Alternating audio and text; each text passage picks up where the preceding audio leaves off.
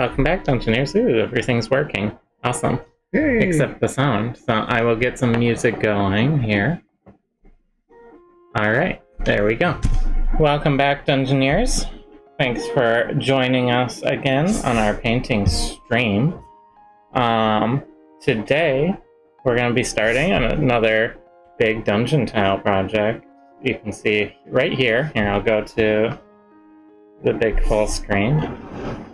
Here is our Necromancer Crypt in all its glory. Primed, not painted. Our little sarcophagus is not primed yet, so we won't be getting into that today. So I'm going to set that to the side. But as you can see, our little dungeon tile set is all ready to go. Now, these are all pieces that we 3D print here on those printers behind me. If you're interested, the designers are listed on our website, DysonDungeons.com, under the Attributions tab. And these are all magnetic, so they hold each other together like that, but they come apart easy. Which is very nice for rapidly building out sets for Dungeons and Dragons. And our big centerpiece here is a strange pool of liquid. Now, we ran a poll on our Patreon to see what color this liquid should be. I was having trouble deciding between blood or like some noxious green color. And it was very, very close, but noxious green came out on top. So if you want to take part in polls like that in the future that help us decide what we're going to paint on stream, and a bunch of other benefits, check us out at patreon.com/diceanddungeons. It's the best way you can support our show and everything that we do. Now, big intro there. Alright. This is currently not glued together so that we can paint it. The doorway is here. So I'm going to set those up here so as to be out of the way and switch us back to our dual cam. I'm here with my dad, who paints with me. Yep. You're doing the last little bit of our magic shop, correct? Yes. Just the door frame. Right. Is all that's left. Right. There's also a spell circle, but I need to experiment with this one a bit to find a way I really like it before I can go to town on that. So I'm going to focus on our Necromancer Crypt. And what color are the walls going to be? Well, I've been thinking about that. We can go with sort of the classic gray-black. We could go with a red.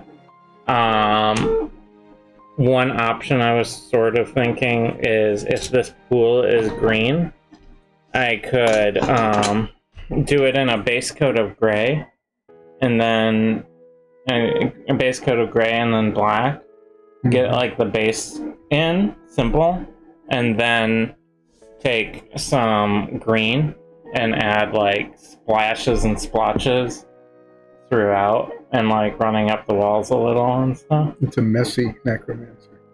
Well, necromancy is messy business. Yeah, well, this is going to be splashy. But I don't know, what do you think? We could do redstone, we could do we have this color chart here. We could do almost any color. Any colors. We could do like this. You could do like a sandstone range. You could do like a field blue. A field blue. Yeah, which would be, kind of interesting in contrast with the green. Mm-hmm. You could even do olive drab. And then do like black over it. Yeah. I feel like deck tan might be... I want this to be dark and moody. Yeah. I feel like deck tan's a little too light. Too bright. Too bright and happy. I don't know. Mm-hmm. I could also do like we did with the sewers and do neutral gray with a green wash. Mm-hmm. But I feel like green might be too much when there's green in the center. Yeah, because you want to call attention to the green in the center. I feel like let me see that field blue. I'm kind of liking that, actually. I could do field blue and then the floor, give it a black wash. It could all be the same color stone for simplicity, or we can you can see how change it up. Yeah. Well, should I see if I can find it? Isn't it right here? I don't know. I think That's medium blue. That's this color. Yeah, I want it a little darker. So let's see if we can find the field blue. The field blue is, I think that might be actually a small jar. Oh, maybe we shouldn't use it then if we only have a little amount of it. Yeah, well, I don't think we've ever used it. So I'm gonna break this up into its different parts. We have 4 corner pieces. We have 6 walls. 2 curved corners.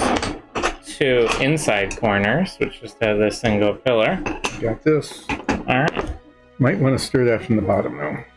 Well, I'll start by giving a good shake. A double door frame, and then the fantastic ooze pit is what it will be. Mm-hmm. I might actually start with the ooze pit because I'm gonna wanna Go around the edges. Go around the edges. And let that dry before you paint the ooze. Yeah, so I'm thinking to start with the ooze pit. I have these 2 greens. I have a couple other greens, but I like the sort of contrast between this dark green and this So which one is that? Bright green. Deep green? This is deep green. And then this is sick green. And that's that color. So you're going to kind of paint it, those 2 in some sort of oozy pattern. But first, I'm going to put down the deep green as a base because it's a darker color, so it'll serve better as the base. And I'm not going to be too careful about this. I'm just getting a base coat in. Okay. So what I'm going to do is I'm finishing this door frame. Actually, it uses all of these. It's not just a simple little one color thing. There's little bits of the stucco on either side. Okay, this is the color scheme. So that's the ivory color. So I'm going to paint that first, and then the brown frame around it, and then the gray stone floor, and then probably do the floor wash in black, and then a little bit of brown wash on the frame, and hopefully it will match up. We'll see. So I'm going to start with the ivory. Just squeeze probably not much more than like 1 drop or 2 because there isn't very much surface area there. So you'll see where the stucco is better once it's actually on, because when everything's black, you get to see it very clearly. Alright, so I'm getting this nice green base coat popped in pretty quick. And one of the reasons I'm doing the pool first is that I'm going to be coming down on the edge with the field blue later, and that's going to approach the base there. So I know there's going to be touch-up, and what I actually want long-term, you see how there's like a little green mashed up along the edges there? I want that green there. I want it to look like it's sort of coating the sides of the pool. So I want to have my final step be fixing that green edge, because I know that will be coming. So it looks like I'm making a mess, and I am, because the brown is going to be painted up to the edge, and I want to make sure that the stucco catches the sides. Yeah, and you need to get into a small crack. That's why I'm doing it first, so I don't have to be very neat with it. And I can make sure it's getting into all the spots that it needs to get into. And then it'll look, very neat and clean. Just like that, when I paint the brown over it later. But for now, just making sure it's covering. It's not a very thick paint, so it's not covering up any detail. It's a good call not going a green ooze with red walls, because that would just be Christmassy. Santa Christmas, Necro Santa. Yeah. Which has its own appeal, but not what we're going for. So, I'm gonna start. I like to start with the hardest bits first, so that would be these corners and that door. And then I'll move to the easier parts later. Before I jump into those, though, another part I'm going to want to paint, because I need to do it in phases, thank you, is the double doors here. So this is a crypt, an old creepy crypt, so I'm gonna go for really rusty iron steel doors. Is my goal here. So I need to find... Do you know where the silver is? The Vallejo silver? No. It would be one of those squeeze bottles. I think it has a black top. The metallics and washes tend to have black tops.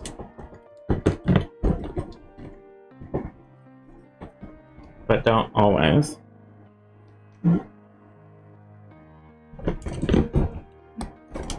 Is this it? There we go. Alright, there's our silver. So, I want to get one side of these doors started so they can dry. And I can then paint the other side later once it's dry. Give it time, because... And I'm going full steel doors here. Like this was a secure crypt that this necromancer has taken up residence in. So, that makes the painting job fairly easy. I just have to get a nice coat of this silver on the side of the door.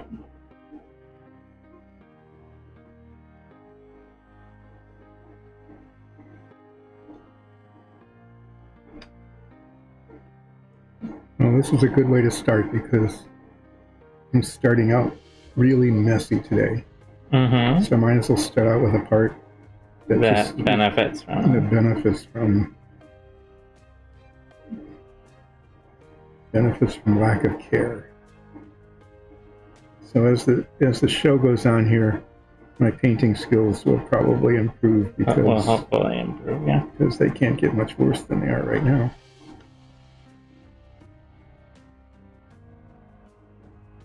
But I'm getting it in all the nooks and crannies, so that's... Alright.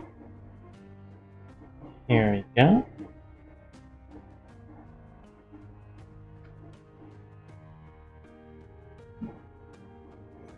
And this door.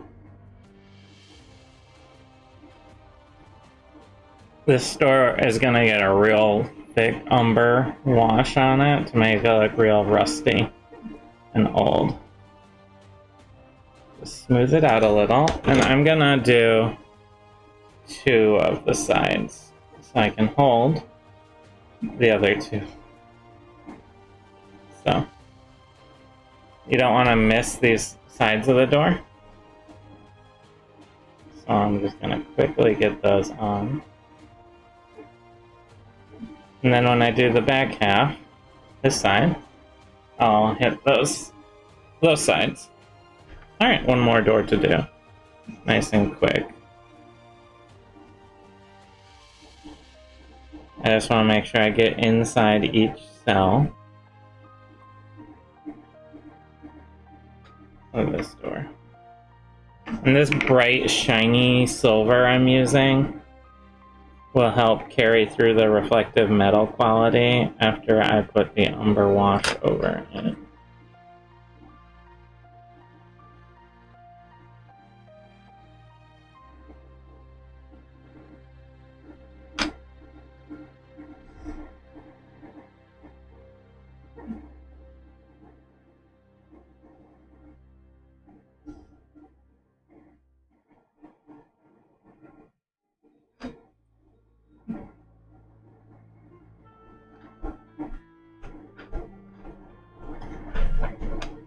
This is a nice quick way to get a lot of paint on something when you don't have to worry about any sort of detail lines.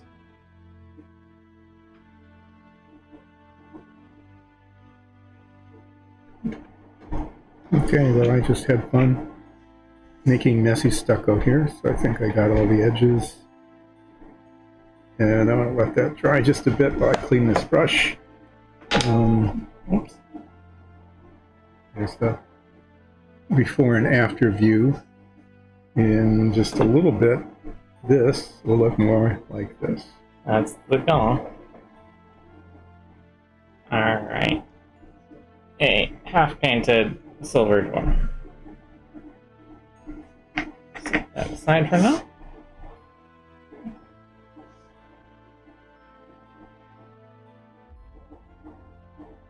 Nice acrylic paint, simple water cleanup. Okay, so put this little drop of ivory away. And now I am on to red brown. There's a flip. Alright. I'm gonna be now doing these, and I'm gonna start.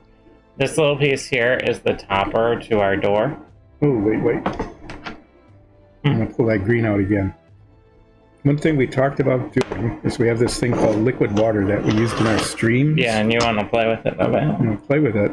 I'm thinking like with this, so you can do, the base coat in dark green and then a lighter green swirly yucky mess, is using a very thin layer of the liquid water to make it look liquidy. And it'll give it kind of a shiny surface and it'll look wet. But what I also wanted to do was, before we did that, see if it worked. So we're going to use this jar lid, high-tech sort of thing, to practice.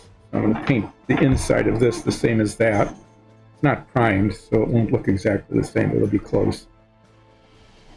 And then do the light green swirly thing on it, and then we'll put the liquid water on here.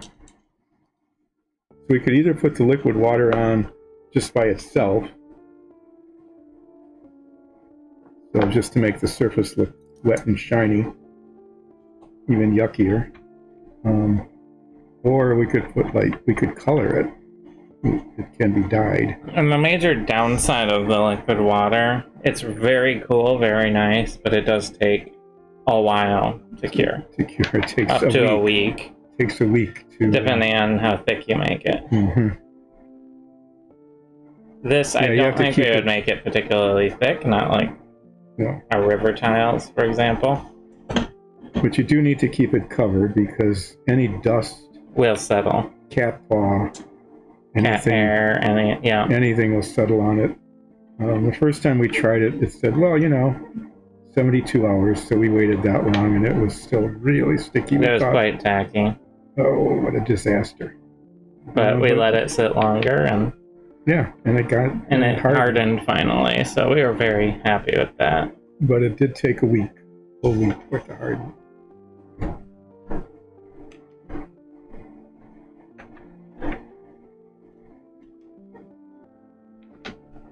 So here's the field blue on the stone. I think that looks okay. What do you think? Yeah, it'll get a little dimmer. It'll be a more matte when it dries. Mm-hmm. It's a little reflective right now, but it's not a color we've used before, so... I've used it a tiny bit on the bridge. On the bridge? Oh, as a highlight. As a highlight. That's pretty much the only time we've used it. There's green.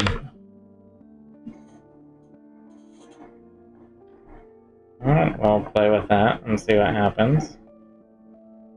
In the meantime, I'm probably gonna just make it nice and swirly looking. With the thick green. Mm-hmm. I'm pretty good at doing veins and swirls and things. Okay, so there's a quick base coat of our field blue. Get the green out of this brush. As you can see, this brush holds a lot of paint.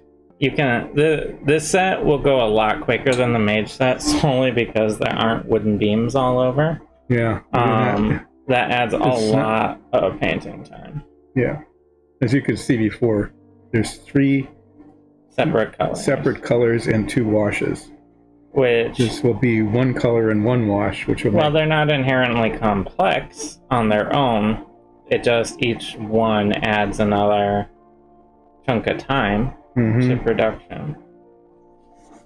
And when you're painting edges that touch each other, it takes a little longer because you have to be careful not to slop paint on everything.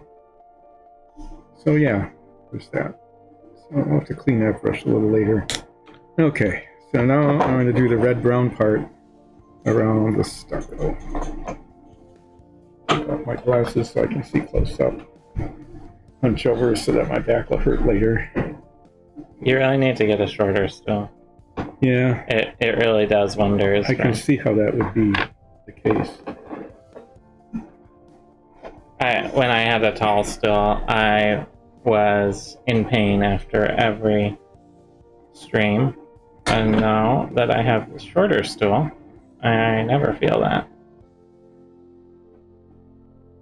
You can see as I'm painting over this, what had been intentionally a really messy, sloppy edge turns into a really kind of nice, not sloppy edge. Alright, another quick base coat done.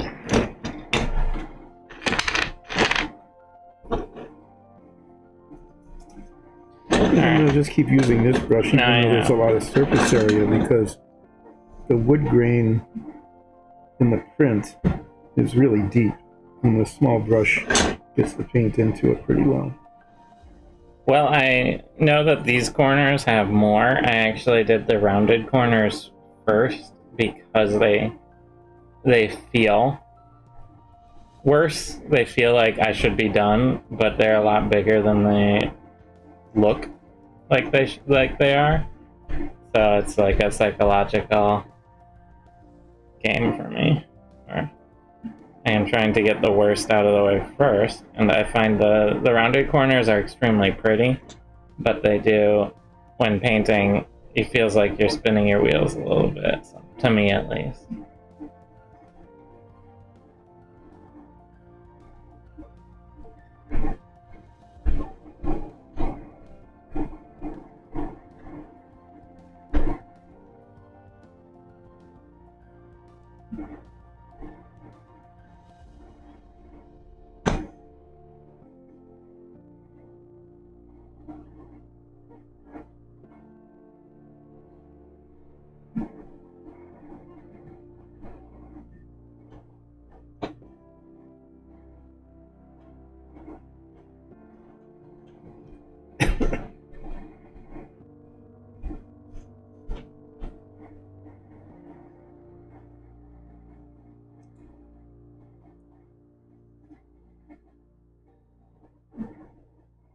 So you can see how this does take quite a bit more time than what Nikki is doing with those other walls. Yes. Just the number of colors, the amount of detail.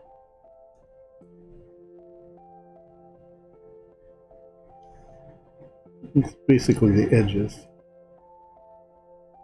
Whereas this is just like, for the base coat, it's just like do one big color.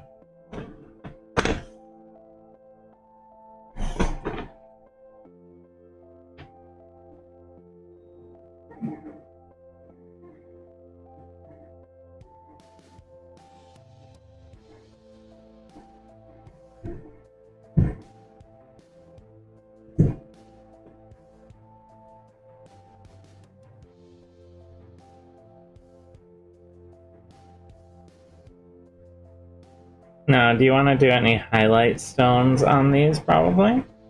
There's a lot of stones, so probably yes. So once this base coat dries, you have to pick a color. We'll pick a color to offset these stones, and randomly disperse that color throughout the wall, just to add some variation and interest in this wall.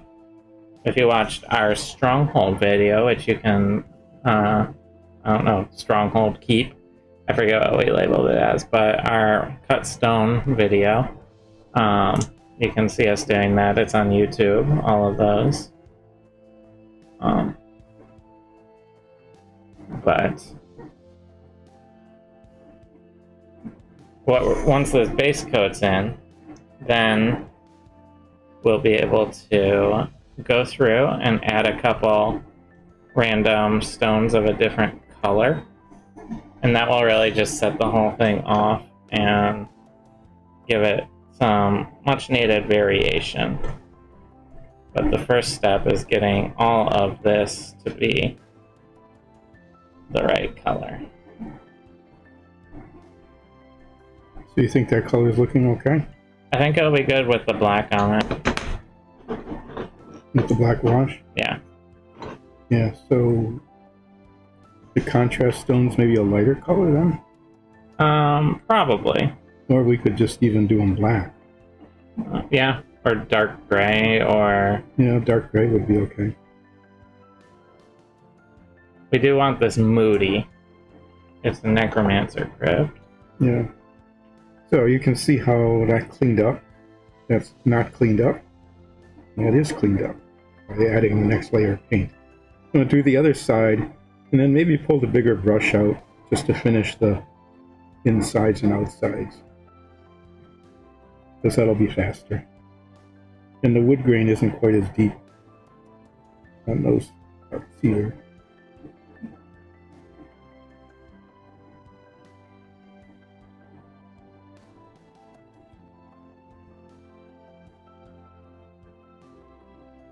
The printer's really singing away. Yeah, our 3D printers behind us. I don't know. I can't hear it, but it's... I don't know if they get picked up by the mic or not. Very melodious today. Yeah. I think we're currently printing out the next set we're going to paint, which is a tavern. Is that what won? I think that was the third place.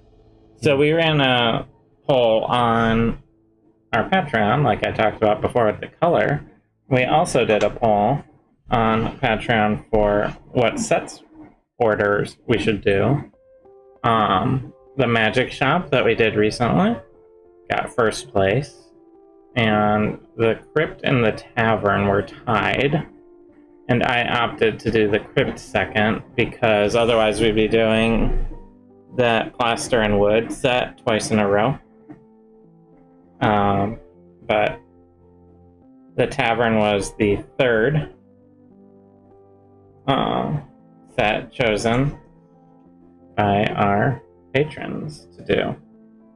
So we have that coming after we get a couple tavern sets printed. We'll have to make some choices. I think that Dungeon of Doom might be next, or the Shadow King's throne room.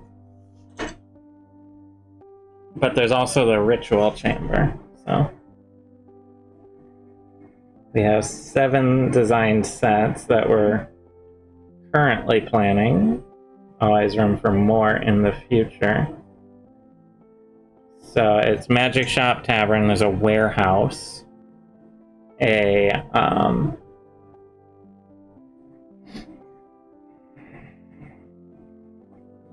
Magic Shop Tavern, warehouse, Necromancer Crypt, Dungeon of Doom, a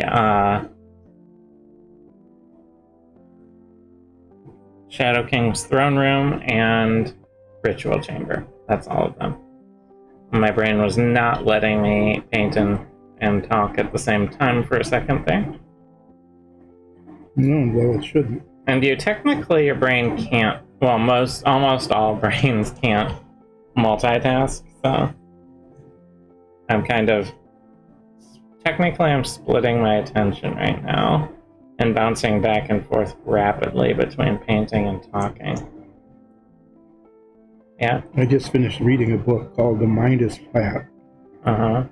Which is, not a terribly well-written book, but an interesting one, because it looks at the neurophysiology of especially the sensory systems and the ability to pay attention. And it essentially concludes that it's impossible to focus on two things at once. In fact, they say it's impossible to even perceive two things at once. And that is why close-up magic works. Yep, which is why... That's exactly right. It is why close-up magic works.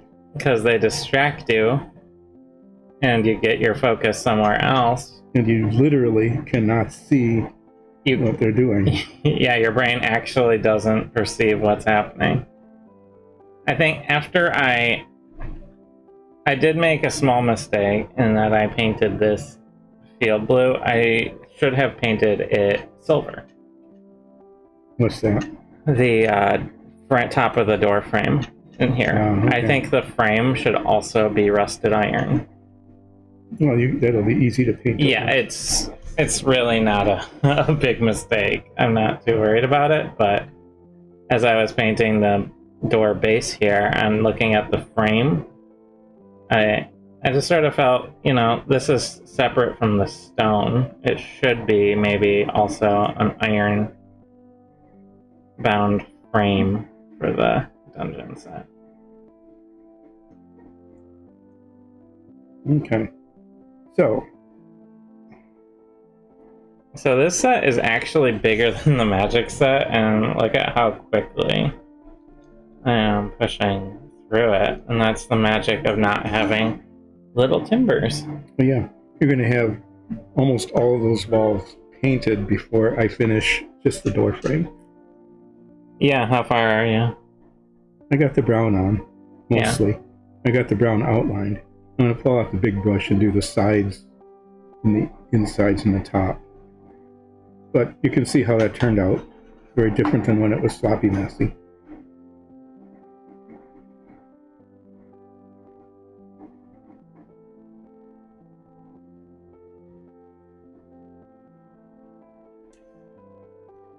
Okay, and now just for the consistent look, I'm gonna go along the base here and get this all one color all the way down. This base is not really visible outside of the outside edge of whatever structure you build with it, but just so everything kind of matches, I'm gonna paint that in. All right, so that leaves me with 6 walls and 2 inside corners. And it's chugging along. Here's the first one I painted, sort of drying up. It's still a little tacky, but it's getting there. Get that down. I think if we did a black stone, that might be too dark. Too dark. I think it would look almost like a hole. Oh yeah, it could. But if we did a dark gray and then a black wash on top of it, it would quickly approach black without being completely. Yeah, well now I remember we actually used that field blue with a black wash on the Panther. Yes. Because with the black wash, it actually looked better than black would have looked. Black would have just looked super flat, and that gave it like a subtle visual shape to it. You could see the contours of the model better.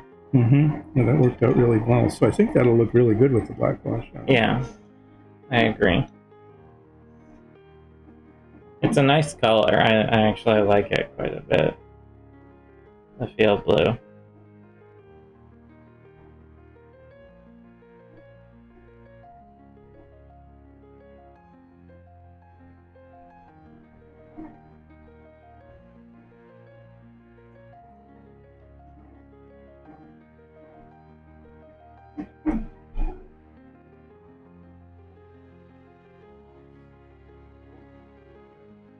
Why should we wait for you to do a flip, huh? Can't we flip whenever we want?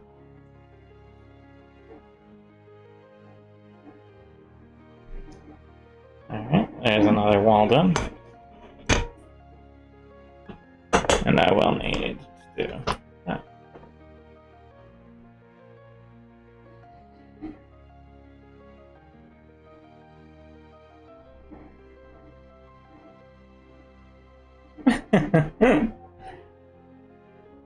Just no. All right. What are you on right now? What part? Me? Yeah. I'm doing the insides and outsides of the doorposts. There's definitely a non-zero chance that I'll have base coated this entire dungeon set Before I finish. Before you finish that tile. Which we will, of course, take into account when pricing. If anybody ever wants to buy a painted set.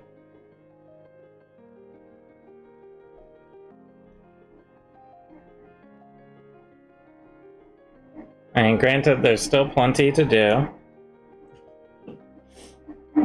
The cool cat emote.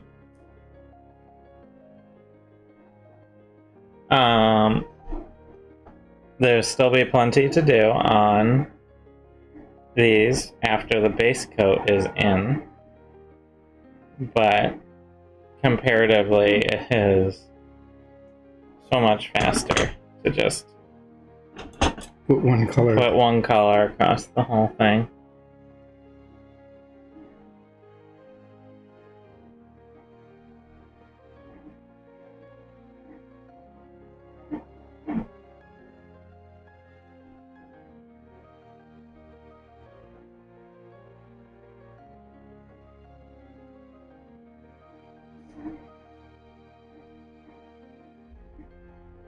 Okay, so those are now brown all over. So I'll wash this brush out again. And get out the neutral gray, which is the floor color.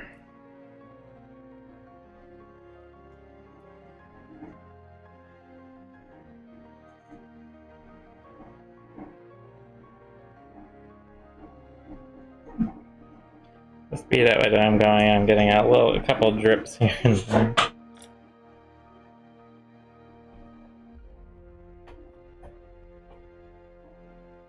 So as we do a before and after comparison, you can see, it's pretty close.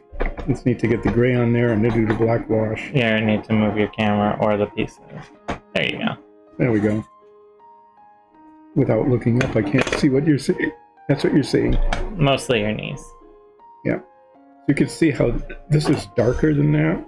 Part of it's because this hasn't dried yet, which will make it a little darker, but there's an umber wash on it, which highlights the grain. And makes it a little richer? Makes it a little richer, darker color.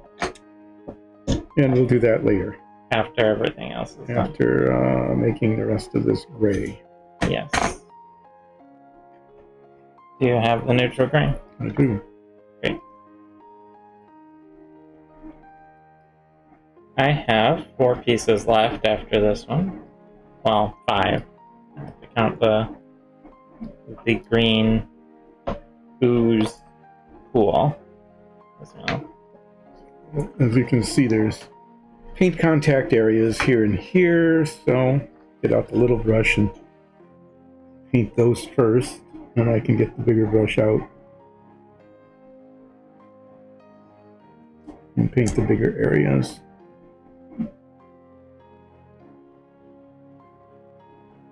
You can see how that comes together pretty nicely.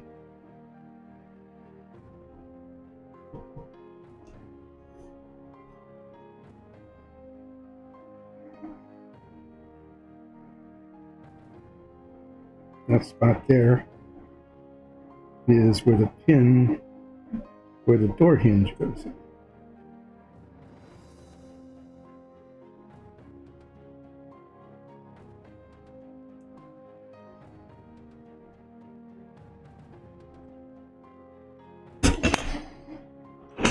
Two more walls, then 2 inside corners, and the outside edge of this ooze pool.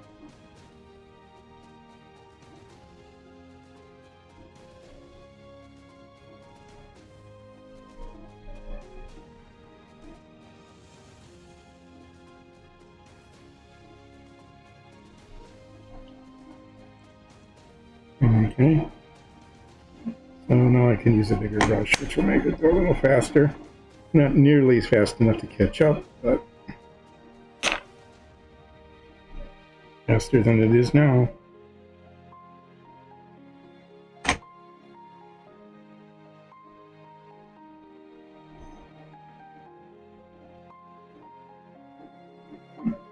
Yep, and I'm using the paint from the bottle cap first, so not to waste it. Otherwise it would just dry in there anyway. But this way, you shake it up.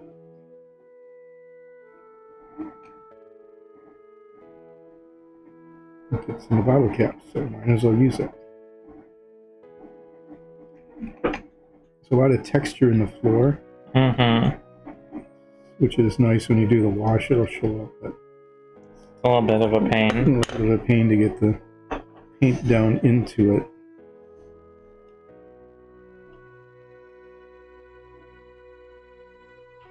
But you don't want to have a awkwardly, weirdly speckled, as floor. opposed to intentionally speckled floor. Mm-hmm.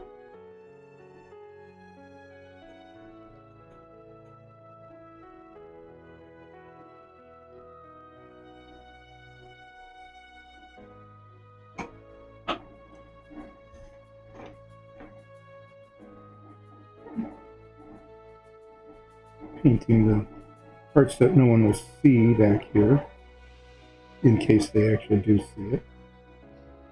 It is important to do.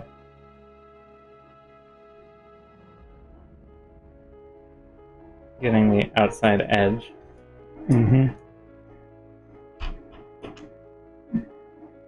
It just gives the whole thing a sort of cohesive look, which is nice. Yeah, I mean, if the pieces separate a little bit, or if for some reason you decide that you're just going to use a piece and have the edge show, well, might as well have it not look weird. Mm-hmm. Or like half painted or Mm-hmm. anything like that. Yeah, let's use steps to go on to here.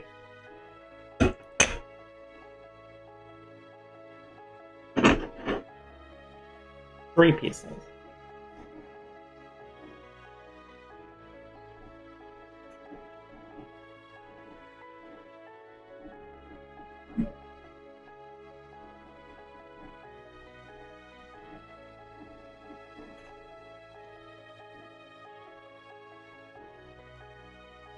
Trying to get these little columns, and these columns form the inside corners, so there's like a continuous wall.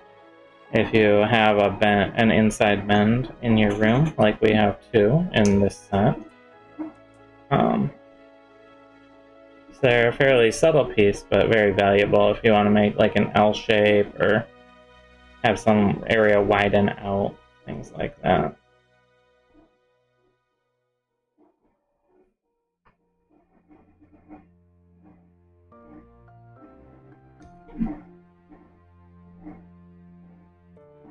Getting this base coat built in very nicely.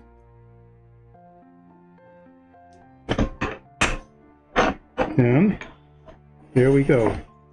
You got it? One And side corner piece and short of taking as much time to put the base coat on a door frame.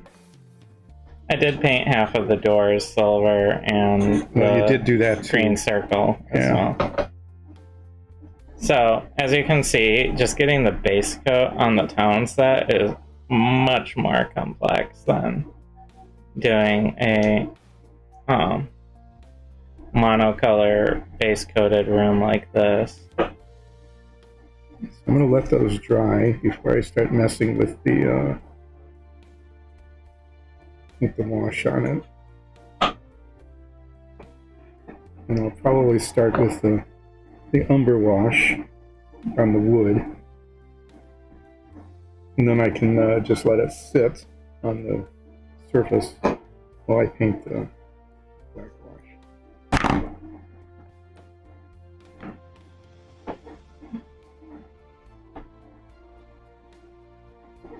I'm gonna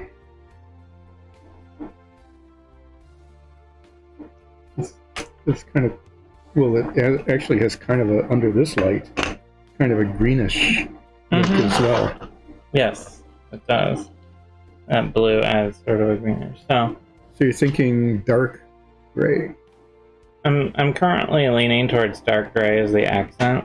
Well, why don't I do one and see how it looks? Is there one that's kind of dry? The driest ones are gonna be like these over here. Okay, I'll do a circle.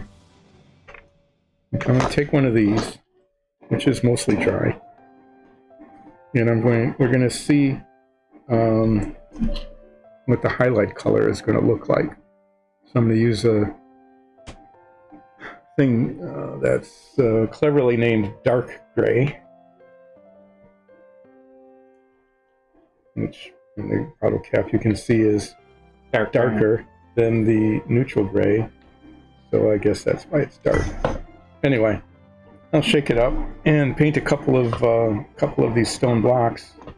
It is still pretty wet. Yeah, I've been going quick. So yeah, so there's a lot of paint on it. There's a lot of paint, and it hasn't dried yet. Yeah,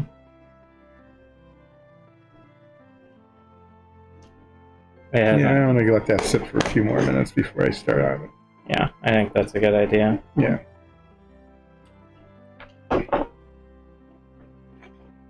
Well, the brown on this is pretty well dry, so I guess I'll do the umber wash while we're waiting.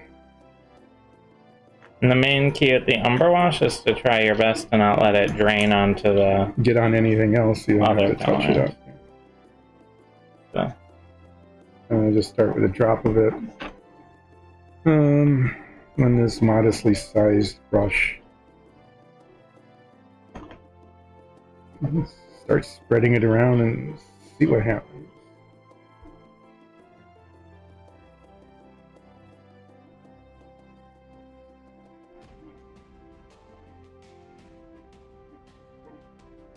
Alright, I got our dark and moody Necromancer's Crypt base coated in now. Did not take too long at all. This brush is definitely going to want to have a bath in some alcohol later. And this glove is kind of spent. So what I'm going to do now is I have my silver doors that are pretty much dry. Let me just close up my paint. There we go. I think my silver's still wet here. So I actually want silver on the crossbeam. I have decided.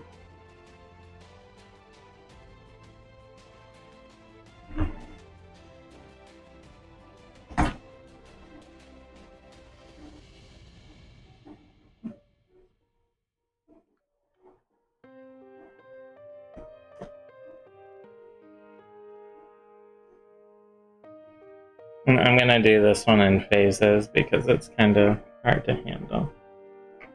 So I'm kind of doing the center of it here.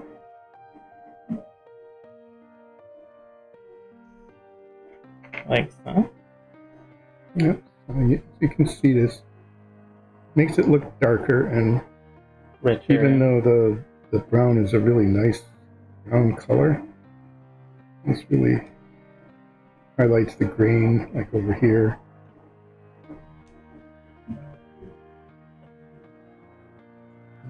Green on this side. And then I'll get the leave that to insides dry. and outsides here. I'm gonna flip these doors over and get a coating of paint on those.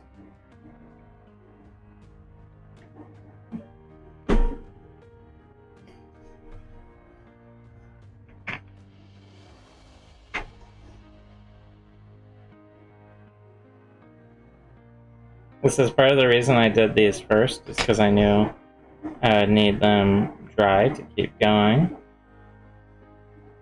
And do the other side. So, here we are, getting nice amount of silver on these doors. And this silver, when it gets toned down with the umber wash, will be a nice rusty iron.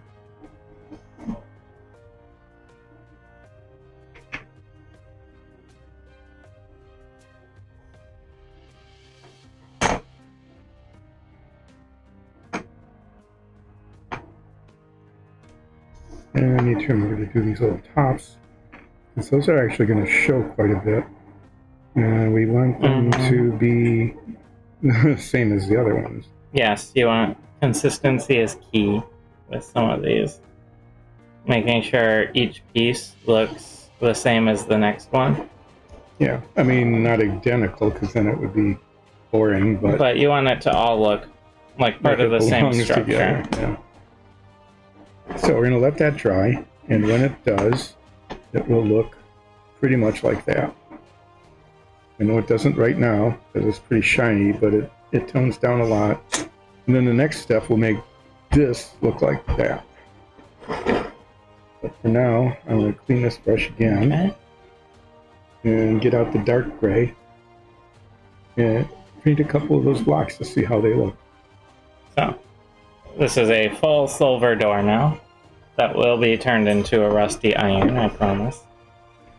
So I'm gonna make like maybe 4 blocks on a piece like this, and do them on one side, and then pick the same blocks on the other side and paint them that color. So we'll see what kind of contrast we get with this.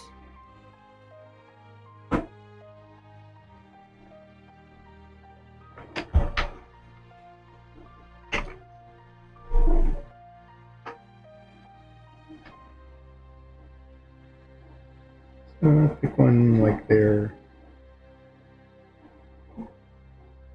And a lot, compared to character painting, miniature painting of like figures, the set design is so much more about consistency and volume over fine detail. Because you have so many more pieces and you're just trying to set a mood. You're not trying to, you know, denote here is a red pouch on a belt. You're like, this is a rusty iron door in a dark greenish stone wall, you know. It's a lot bigger, it's a lot more so to a certain degree there's a lot less finicky detail in set painting like this, a dungeon set like this, but you know, it has its own unique challenges. Since I have the silver out, I'm gonna work a bit more on the crossbeam here now that it's mostly dry. Get the edges. So this is the metal crossbeam that will support the door. Doors. It's a double door. In the Necromancer Crypt. I want this Necromancer Crypt to look very secure. So it has full iron doors and framing. Although it will look very decrepit once the umber wash goes on it. This paint is going on and it looks pretty light, but when it dries it gets much, much darker. So you'll see that as this paint dries. And for anyone who might be joining us and didn't see our opening, all of these pieces that we're painting, we 3D printed here ourselves. You might be able to hear one of the 3D printers behind me going right now. We're printing out a little cavern set.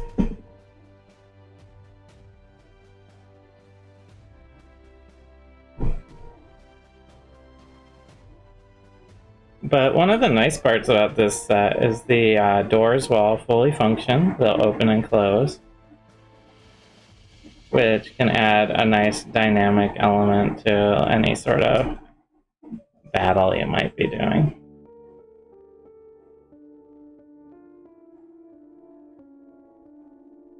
Okay. So I painted 4 of them on there, which you can see because they're shiny at the moment. They're still not dry. We'll see if there's enough contrast when that dries. Alright. And what I'm going to do is, the walls are pretty dry now, and I have, if you see in these double doors on this tile, there's this framing where the doors sit. So I want to get these silver as well. These are mostly dry. I would avoid the single walls. Oh yeah, I'm not going to do any until we decide that that's really what we want. What? Doing good dark gray? Yeah. Yeah, why not? The worst that happens is we do a little editing, painting. Mm-hmm. So I'm going to take a smaller brush here because I prefer not to have to touch up. And I'm going to just apply silver on the door frame itself, avoiding all of the stonework, ideally. You put a pretty heavy black wash on this. Yeah. Yeah, okay. I wanted them to I have just want to some be clear. texture.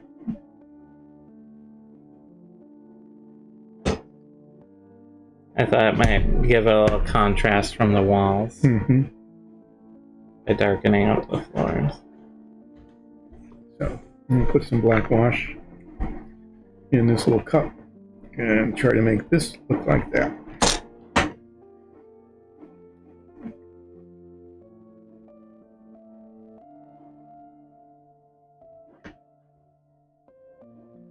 So you can sort of see the door frame I am avoiding right now. Avoiding getting on the stonework as much as I can. I think I got a little silver on my hand.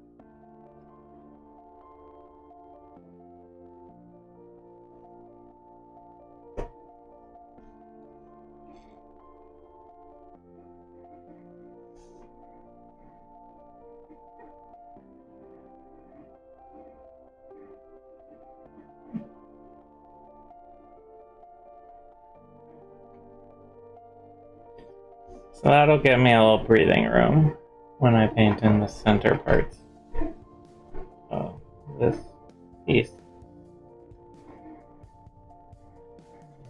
Now I just need to do the same on the other side.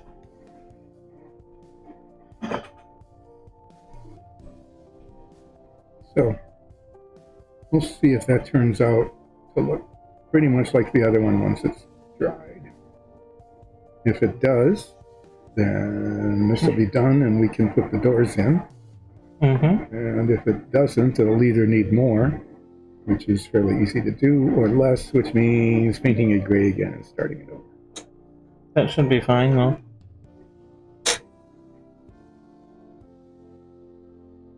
So I'm going to, since I used like about so far 1, 2, 3, 4, 5, 6 different colors of paint. Oh, 7 plus the green. My wash cup needs to be cleaned, as does this brush. So I'll be right back. Refreshing mine. Yep. Thanks.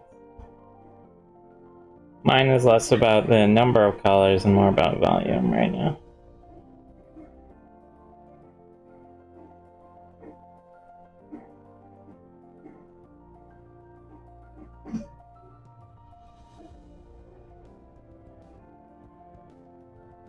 All right.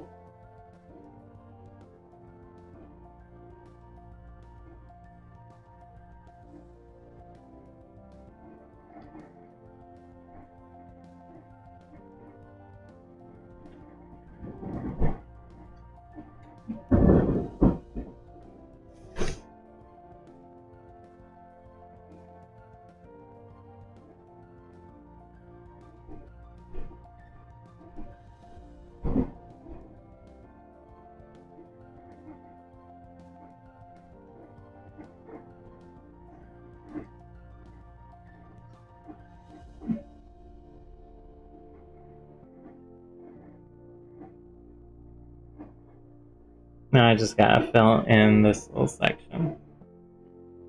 Nice and easy.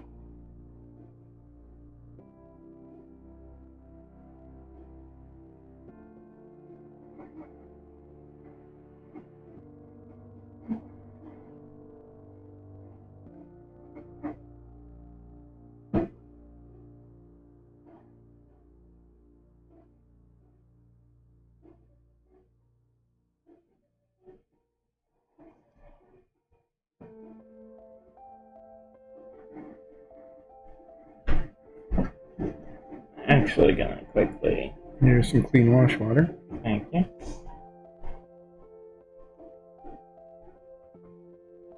For this section, I want to use a slightly larger brush because now that I have some breathing room built in, I can fill it in a lot quicker with a larger brush. And the same for this side.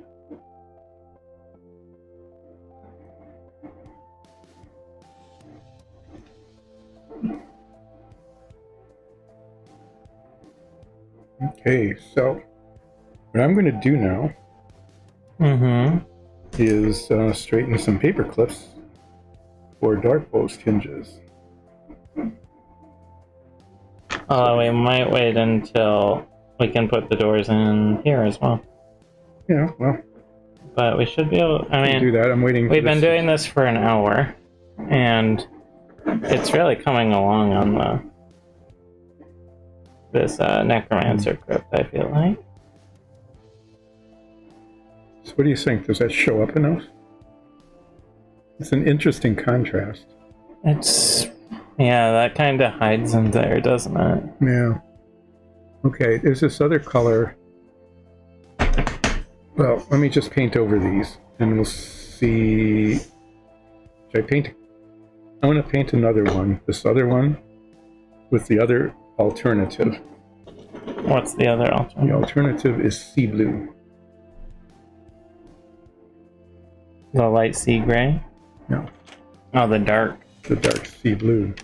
Yeah, that might be worth a shot, but that gray's just sort of disappearing in it. Yeah. It's not dark enough.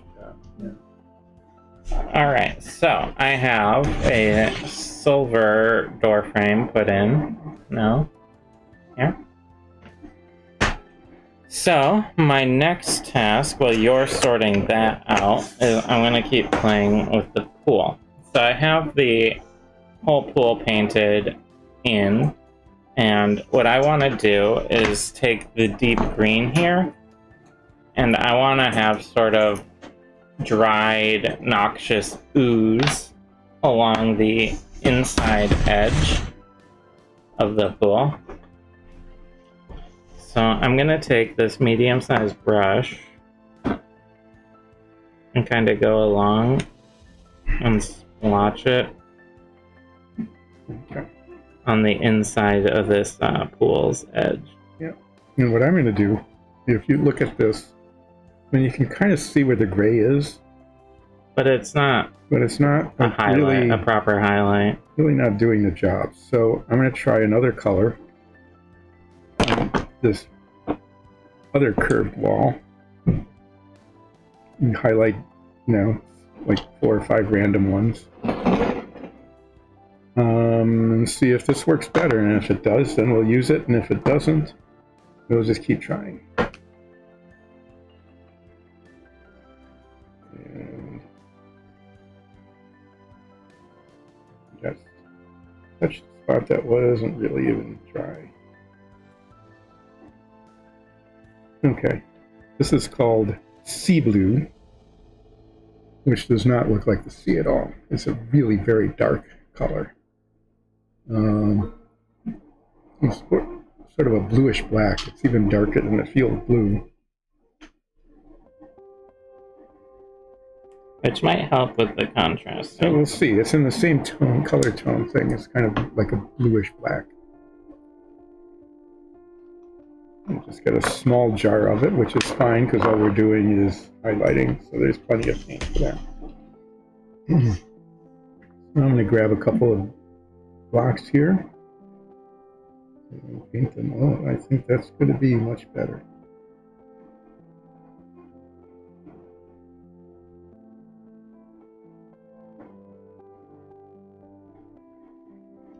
Yeah, that should be a lot better. That's not glossy, is it? No. Okay.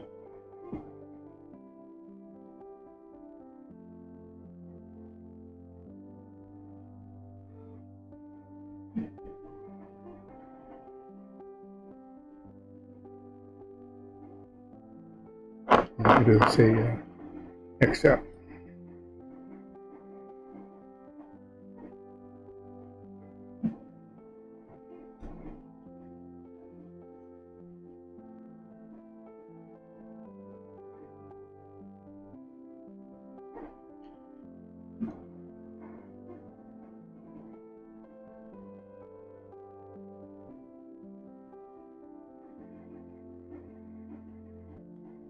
Okay. So I have that built in, no?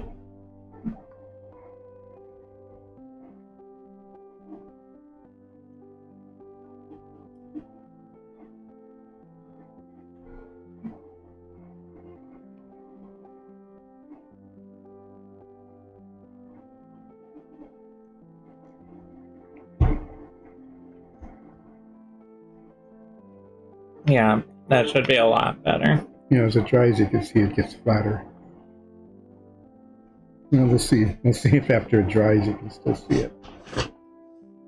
I'm gonna grab this cup and the sick green, which I haven't used in some time.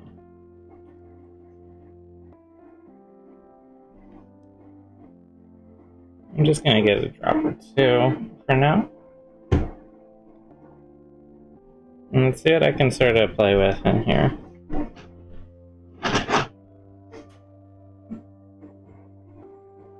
So it sort of has this like built-in foam texture to it that I might just go with.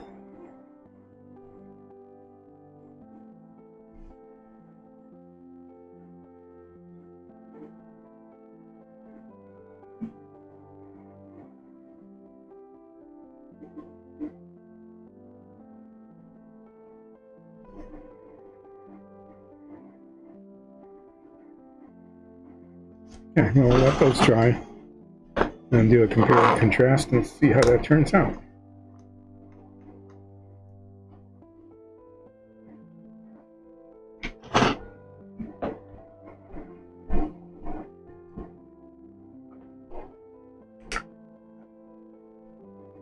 I think our door frame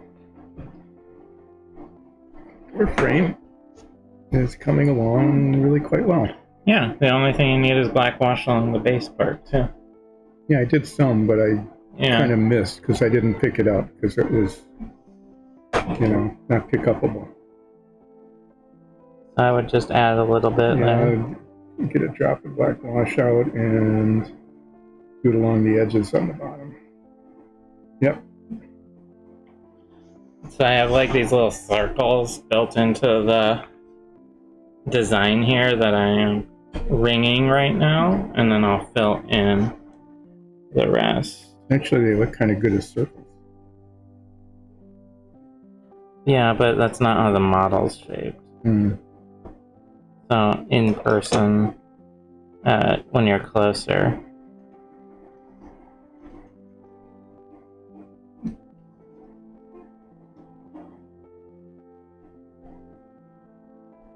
Well, that was kind of a bust. There was still too much. There was water in the bottom of the cup, and so the already thinned wash got even thinnerator. There we go. Try another drop.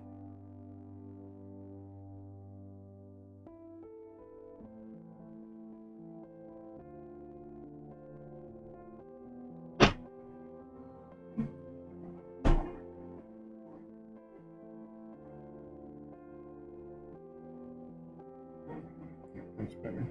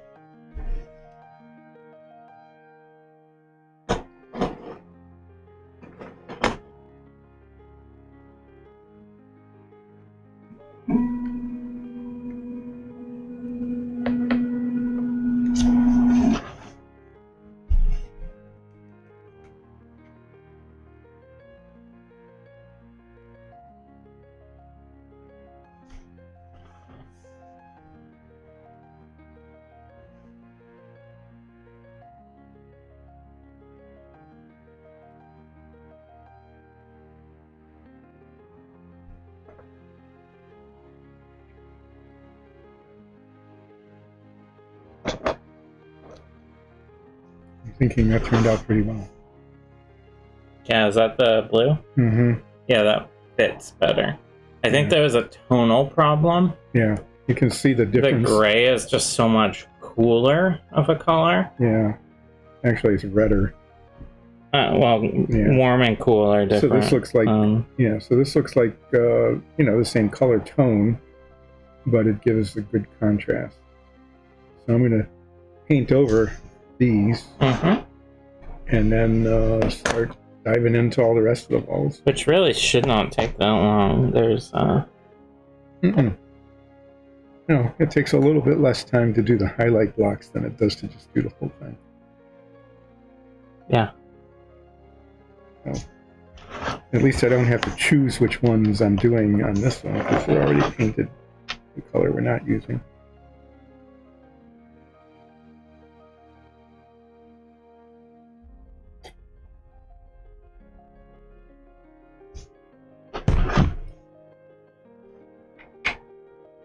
I'm gonna get myself a little more of this green. That should be good for the rest of it. Hopefully. Whenever I think I have exactly enough, it turns out I'm like one drop short. And I know I'm always trying to not have to use the extra drop, but it really doesn't matter all that much. No, now that we can get paints again. When we first started doing this, yeah, a little more than 2 years ago. 2 years ago. Yeah, about 2 years ago now. Right at the beginning of the plague. Couldn't get paint. Yeah, paint was in short supply. We were using a scarlet red because we were doing a dwarf dungeon set that was done in dark red. Sort of a dark red granite, yeah. And that was, there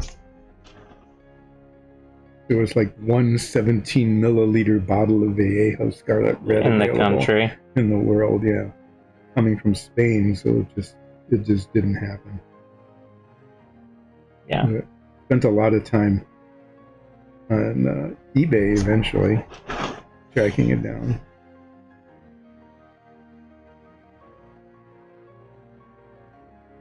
Now, I mean, there's still some colors that apparently are popular and they disappear. Yeah, with supply and demand is always a little weird with the paints.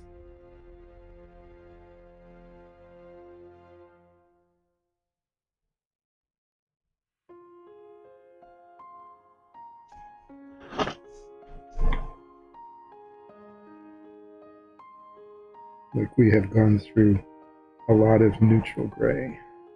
For dungeon sets, yeah.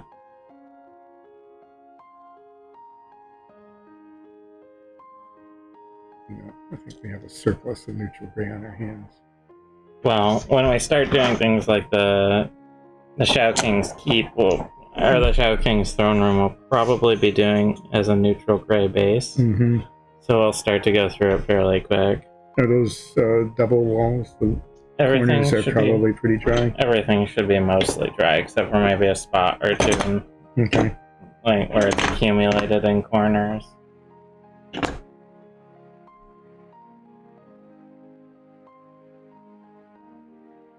So as you're doing that, do a little bit on here too, so when we play with the water. The artificial water, not the real water. I'll just put a few green polka dots in. Sure. You can see how it looks on that.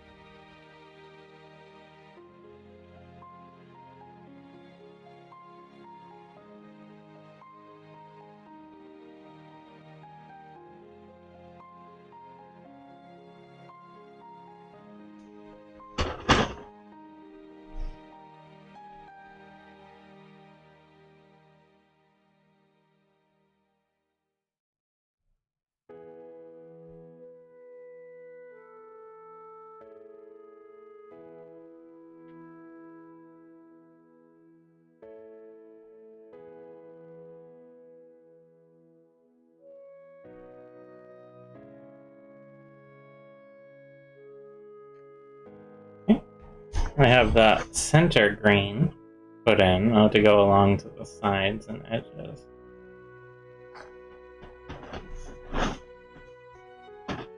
I was sort of thinking, so I have these like bubbly spots in the middle, right?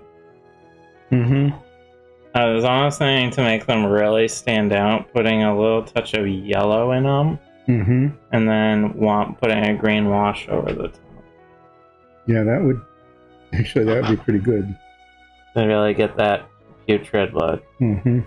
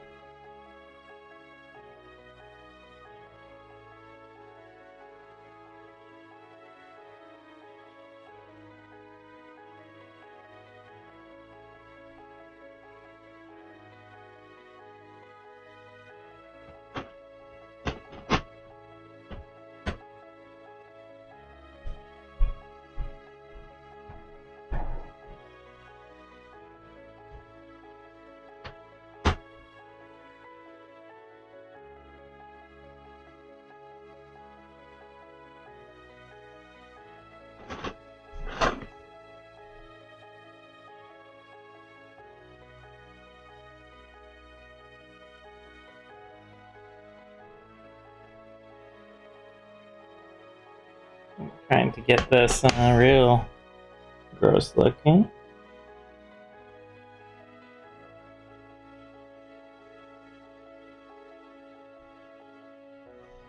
I save those for the smaller brush.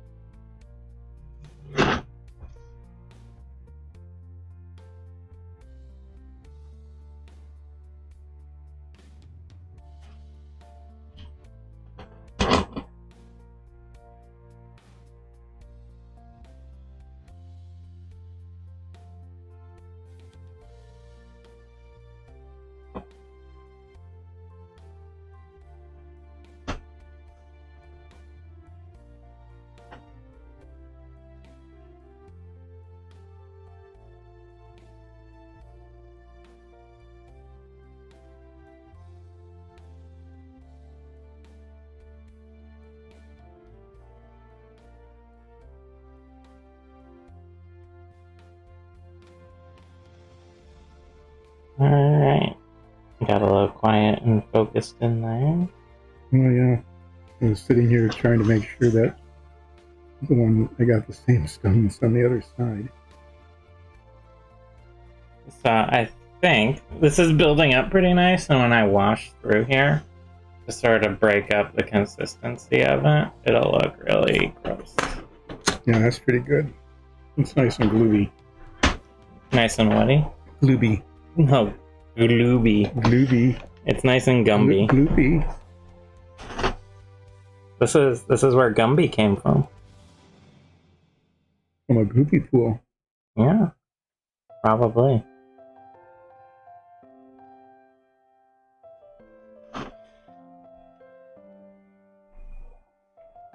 Man, that was a weird show. That Gumby? Yeah. Gumby and Pokey? Like, they did weird stuff in that show.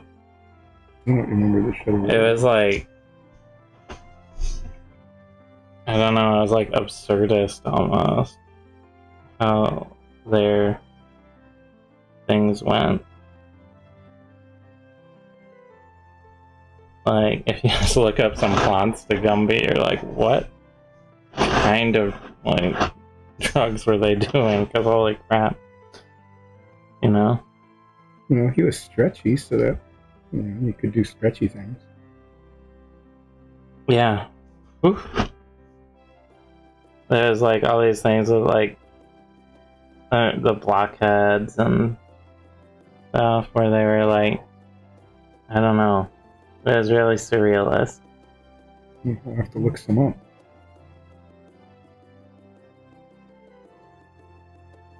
Poisoning children's minds, no wonder. Probably, yeah.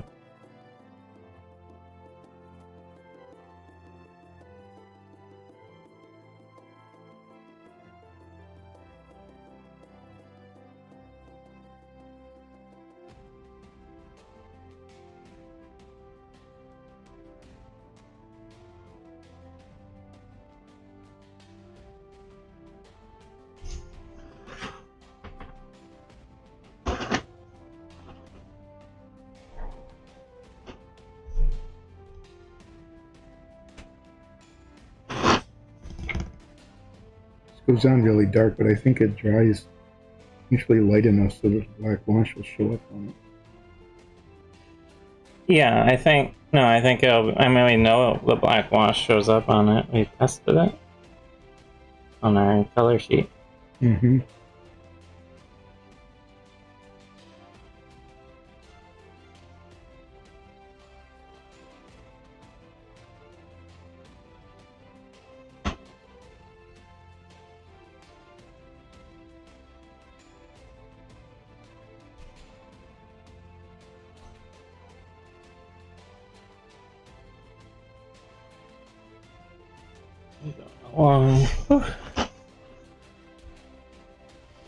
This is probably gonna be the most time-consuming part of the whole dungeon. Is this pool? Well, it is sort of the Centerpiece. Yeah. Also, kind of literally the centerpiece. It's not quite in the center, but it almost is. If you discount the alcove, it's in the center.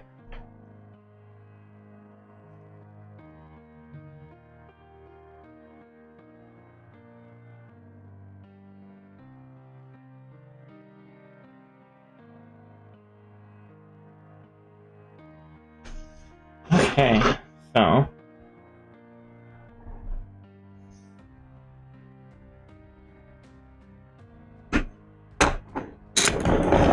set that aside for a second. Take this smaller brush.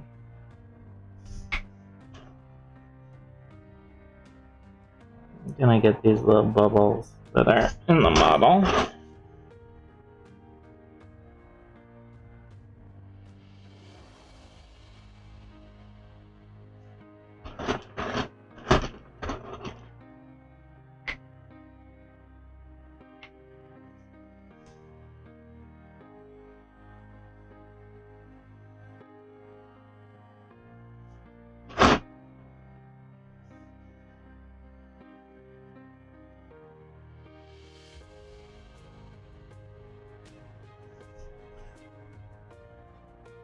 Alright, so there's the 6th green put in.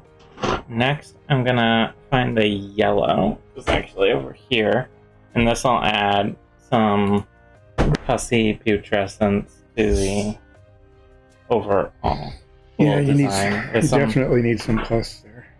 Yeah. You can see we're sort of building up our ooziness.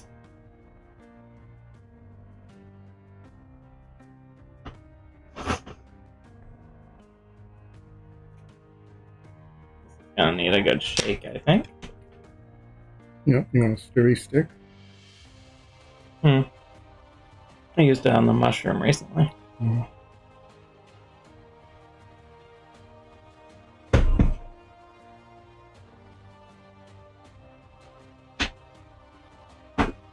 This is a very bright yellow. And I'm going to try and use it in a fairly limited way, but hopefully effective.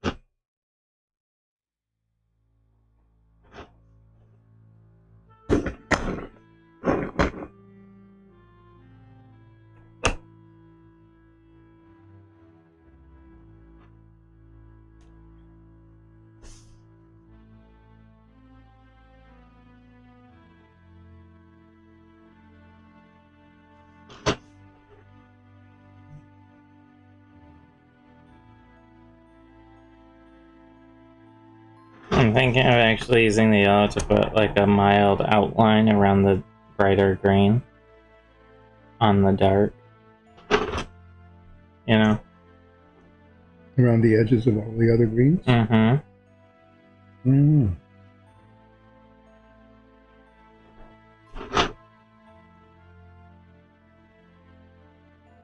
That would take a lot of work. Oh, not around the really. edges. Not that bad.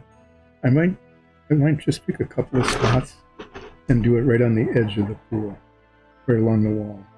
Like a rhyme? Yeah, like a rind actually.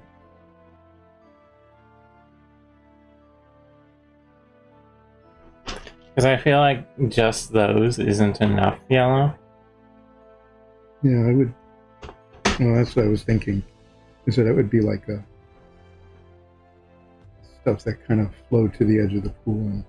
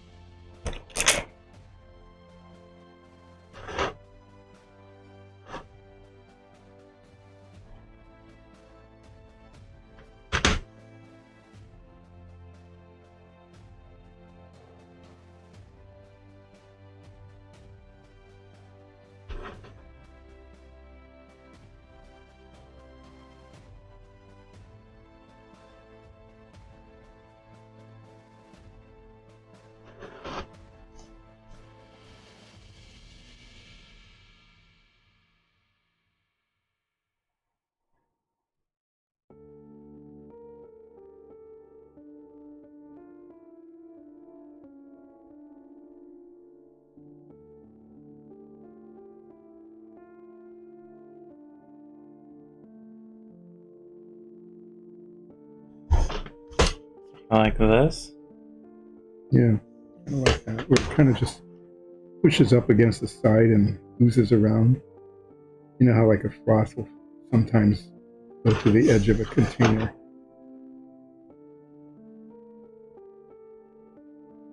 You know, just a thought.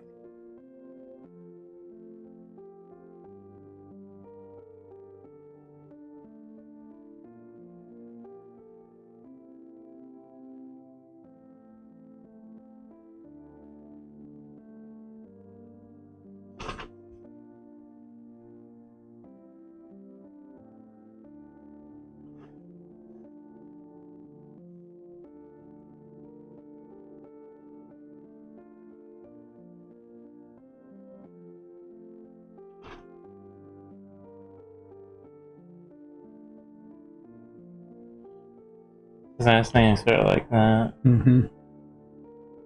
You know? And then when it gets a green wash over all of it. Yeah, then it'll look like Really weird goo. Mm-hmm. That's sort of what my thought process was, but what do you... Let's go ahead and do that, if you don't mind taking the time.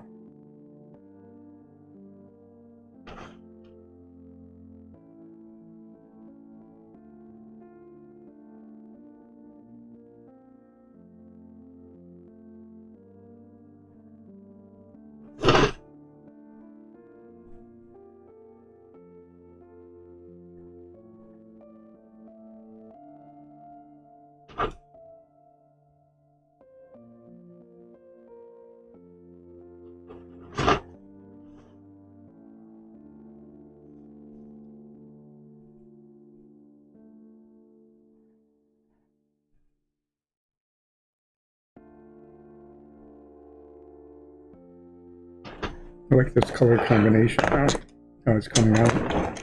Yeah, it's looking very nice. With darker color.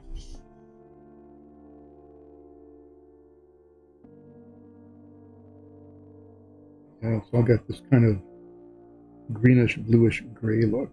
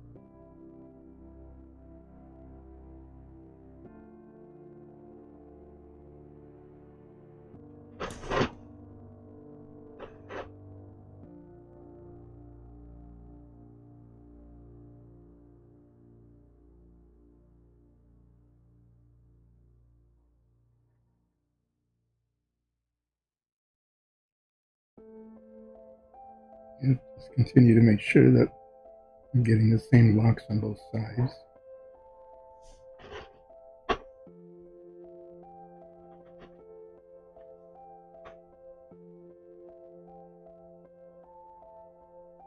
Mm-hmm. You know, somebody will notice that they're on. And once you get all those in, I'll start washing everything. And we should have a nice dingy crypt. You're making the yellow look pretty newbie. What? The yellow is really kind of all over it, isn't it? Is that bad? No. I think it'll look interesting. That doesn't sound good. So the very center, though, is... Too green? Yeah, it's kind of, I think, too uniform. It'll get a lot of variation with the green wash. Yeah. Well, that's true. That'll make a difference.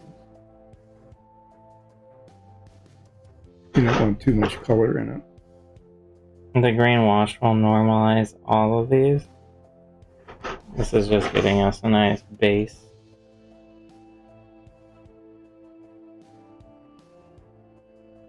To play off of.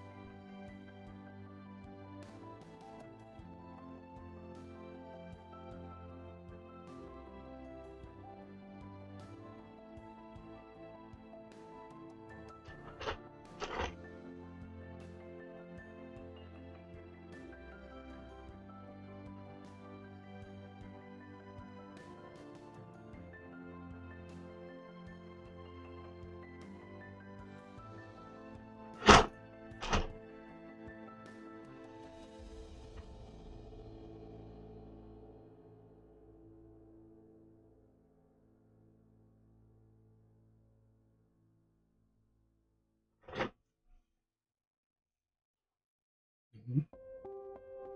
The swimming pool is coming along really well. You think so? Mm-hmm. Yeah, I think that'll be better than the red would have been. The blood. Mm-hmm. I mean, the blood would have been fine, but the green will contrast nicely with the stone.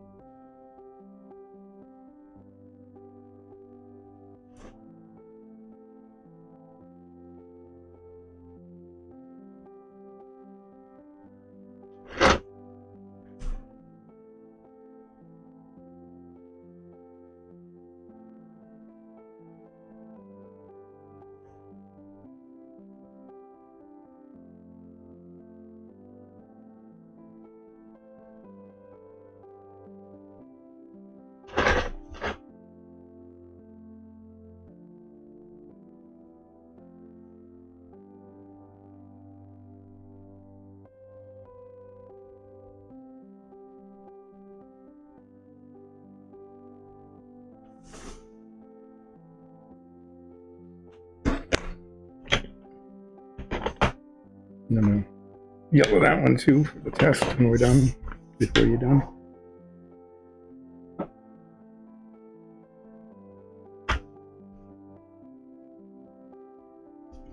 Oh, test patch.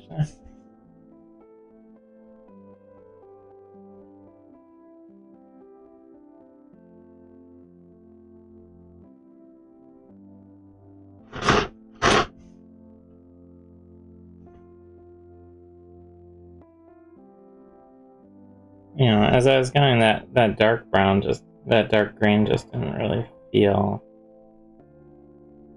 right for how much space it was getting. You know. Oh, yeah. Well, it's pretty much gone. Yeah. So, I'm gonna give that a second to dry, and then I'm gonna grain wash it. And I'm gonna try and get a lot of variation and goopiness in with that grain wash.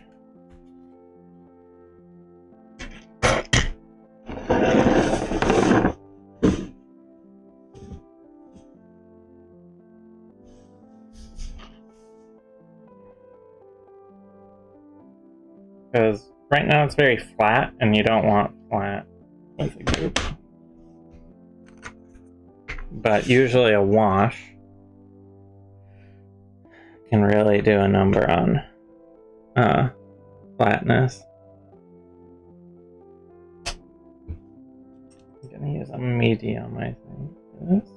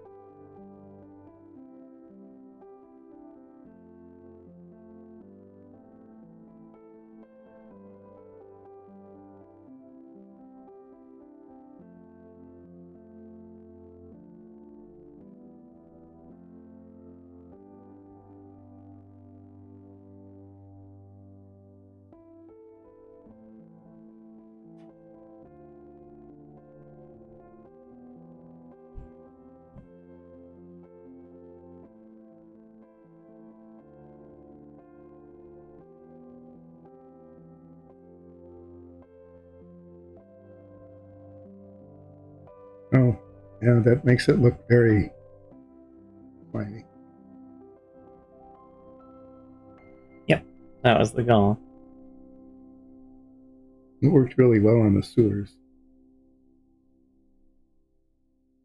Now, this will take a while to dry because of how much wash. But I want to get a lot of that, like, intensity in some areas and sort of natural flow of liquid built in there because of the nature of what it is.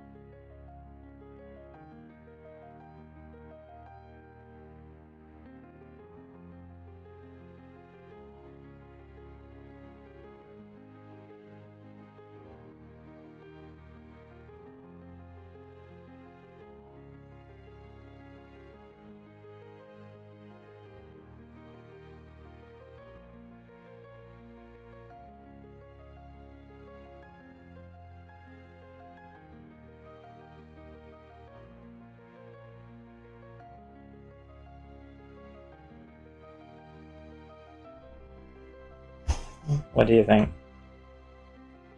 Yeah, I like the way that's puddled up. Yeah, there's some on there too.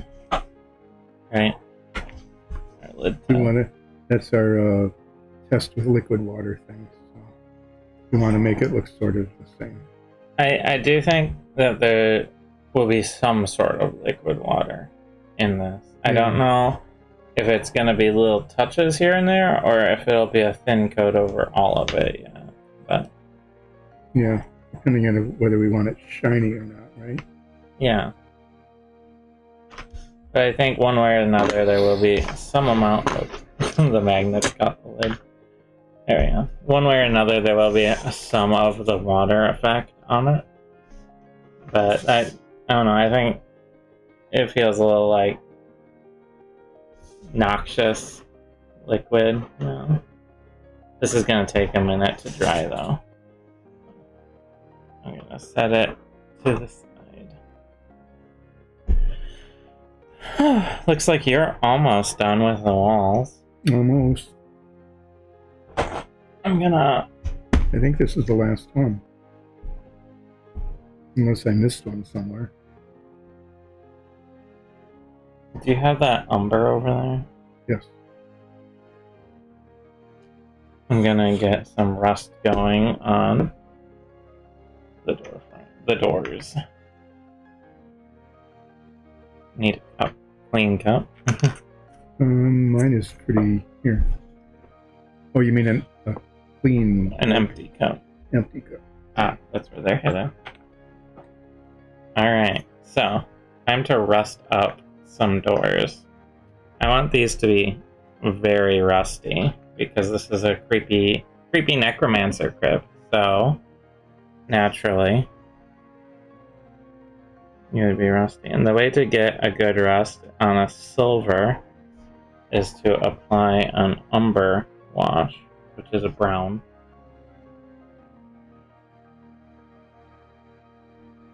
And I really particularly want it to start cooling in cracks and crevices.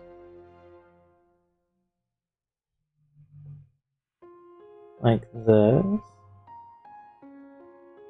And I'm going to kind of brush in one direction so that it collects towards the bottom of the door.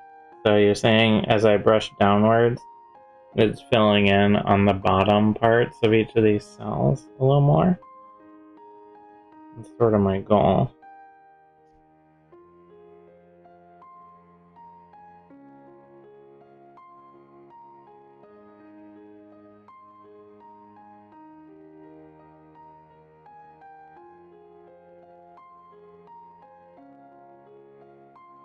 Do you think that'll be rusty enough?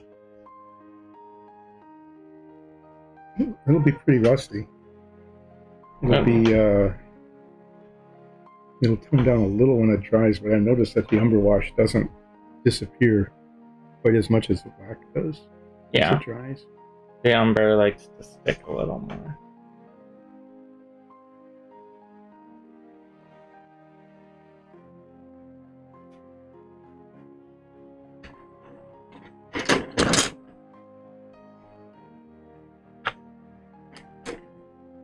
I think those are all highlighted. Great, so I can start washing. Yeah. And we'll have... It's just about 5 now. We can probably basically have this done in 2 hours with the two of us. Like, if you weren't working on the magic shop at the beginning... Yeah.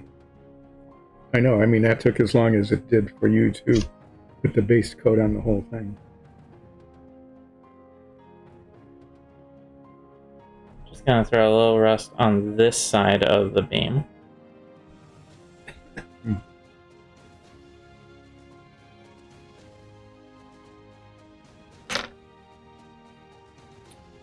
Okay, so I think I did my highlighting, looking at all the pieces to make sure they all have some sort of dark thing on them.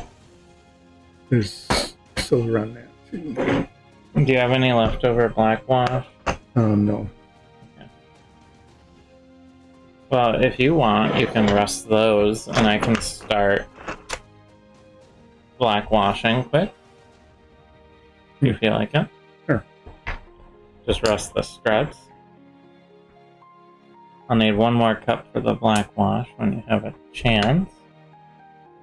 I'm gonna slide the doors, these rusty doors, to the side. Alright. Let's see. And we will be black washing. Did we not have any more gloves? There are no more gloves. Alright. There are gloves upstairs. It's a full box. I'll be washing my hands after this, so don't worry too much. Could run up quick and get them. No, it's fine. We're nearing the end, and I would like to see if I can get this done in like about half an hour or so. What do you think? That's worth a try.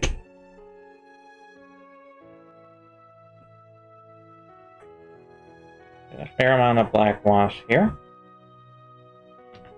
I'll need my bigger brush.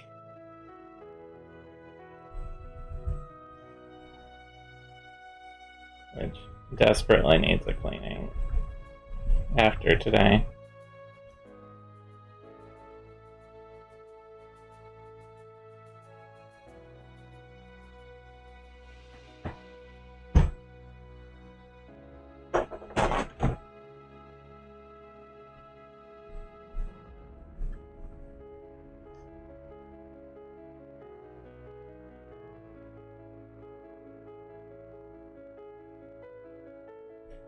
I'm trying to minimize the amount of spillover I get with this brush. It's quite a bit after doing all of the base coat with it. I'll get a nice soak later.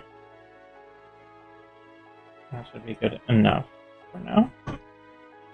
So, starting here.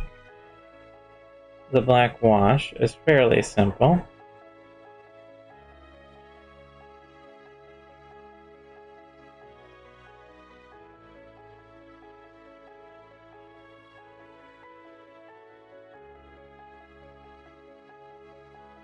I'm trying to be a bit smooth so that it doesn't bubble too much.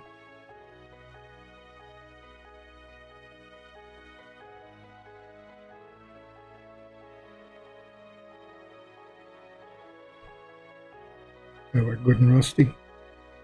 Yeah, that'll be good.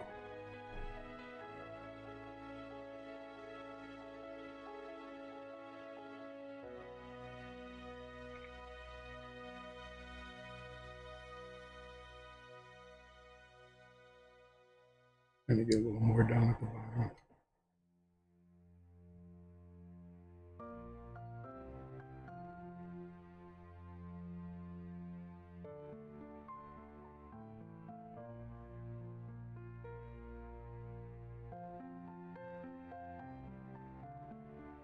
Okay.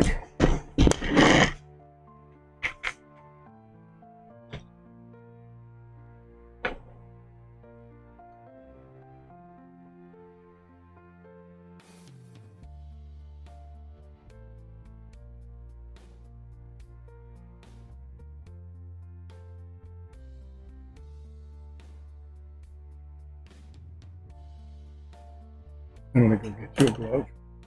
Okay. I'll just find the box and bring it down. That would be great.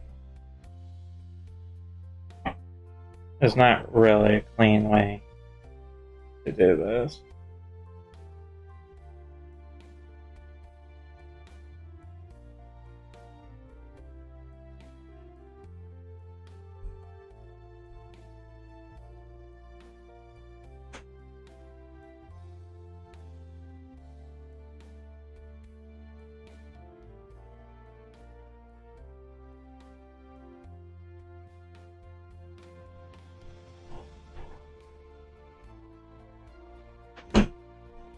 So this will be nice and dark once it dries, but it's a little shiny for now.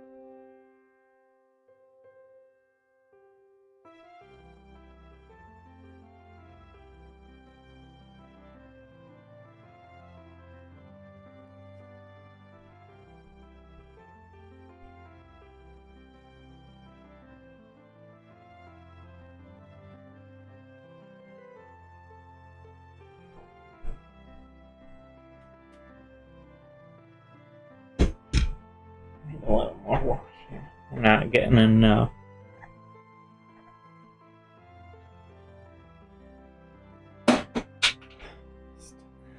Alright.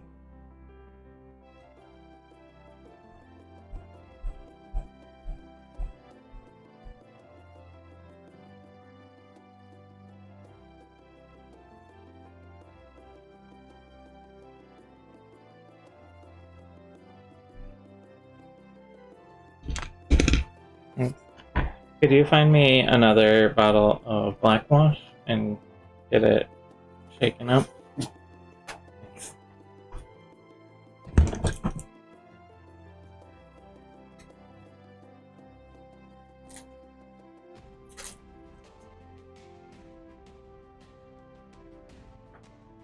Is this one? This is on its way to the trash. Yeah, I missed. Sure. I'm trying to cruise through and see if we can do... I'd say if you discount your time on the magic shop, We could have gotten this done, yeah. we could have this whole thing done in 2 hours. The two of us together, yeah. Yeah. But yeah, the time on the magic shop, that doorway, well, like we said, it took as much time to do that as it did for you to get the base coat on all of these walls. Yeah. I switched just to solo since I was the only one. Yeah, that's fine. Actively. I'm really not going to be doing anything more than like cleaning cups at this point. And there are plenty to clean. That magic shop uses a lot of different colors, and Yeah. none of them are the ones that we use here.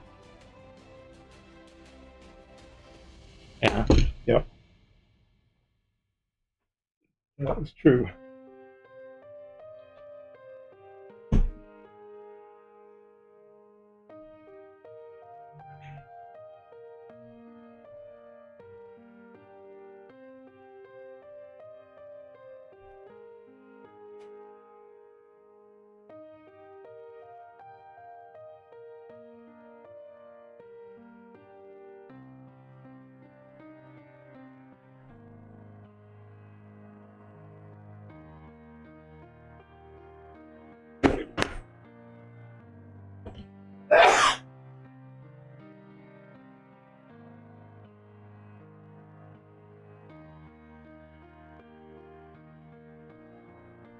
But we have a dark and grimy crypt now.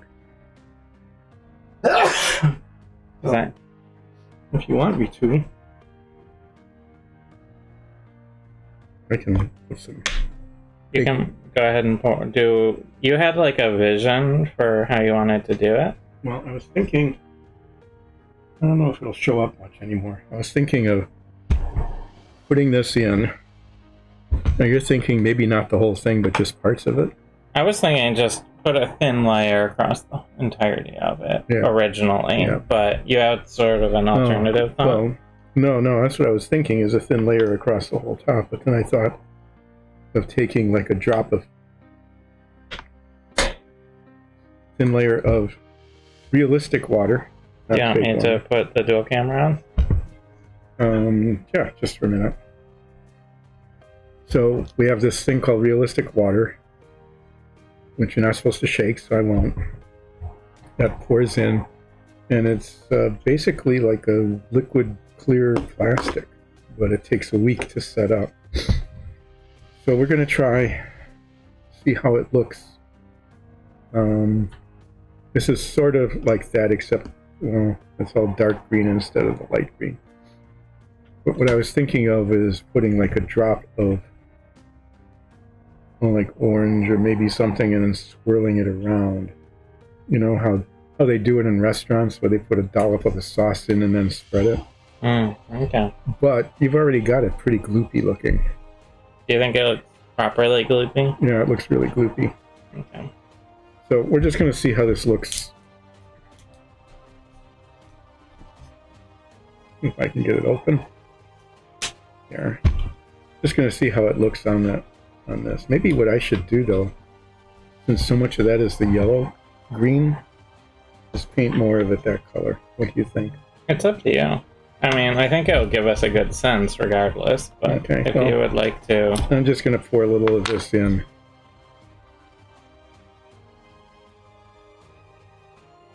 And let it spread around. It looks kind of a little whitish, but it dries very clear.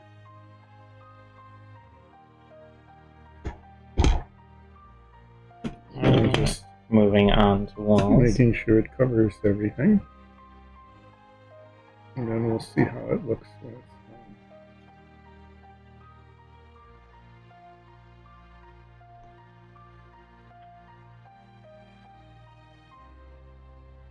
Use a toothpick to do that. And this is a fairly level surface, so there. So I'm going to do one of the things I was thinking of doing with this toothpick. Just to see what happens. Yeah, it's an experiment. I don't know, what do you think? Like an ivory or a leather color?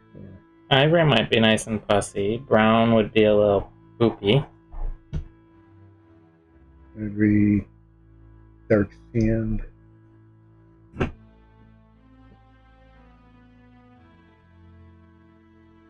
Put a drop of this in. I'm going to put a drop of this in one spot. It'll mainly just sort of float on it initially. And usually it'll just make a bubble. There. And then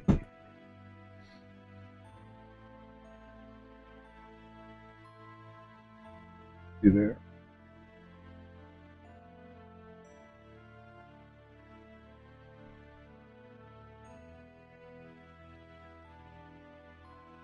Let's see what happens to it when it dries. Ooh, I like that actually. Oh, that's pretty cool. Did you just drop it in, or did you mess with it a little? No, I put one drop in, and then I took the toothpick and just kind of spread it around, and it's just spreading out and forming tendrils kind of on its own now. You might not want to do that on the whole thing, but like maybe in one spot. Like in the center? Yeah, or who knows where. Anyway, yeah. We'll see what that looks like when it's done.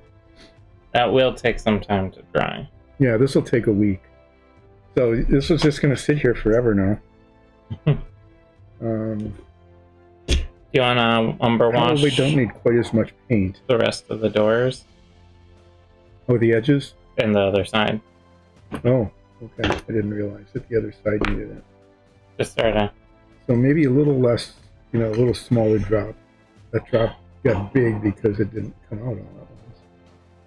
But actually, you could just take like a toothpick, get a drop of paint, on the tip. Touch it, yeah. It's forming like this mold layer. Yeah, it's pretty weird. Yeah, it is kind of weird, isn't it?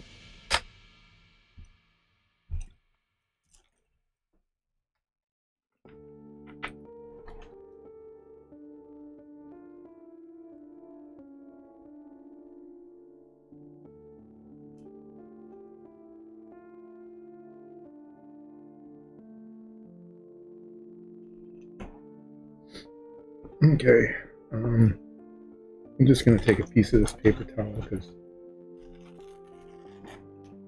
I'm going to be letting these before and after there.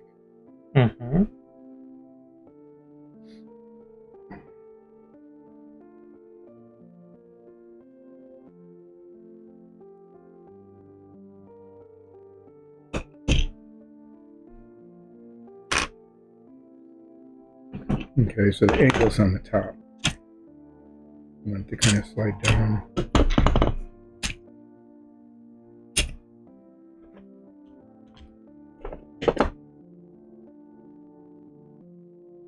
Yes, the angle is on the top.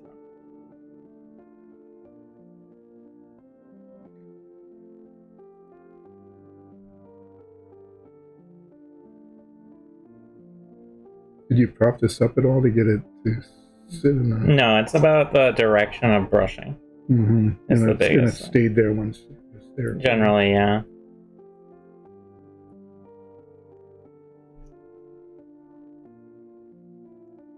We'll move with gravity a little, but that's about it. So.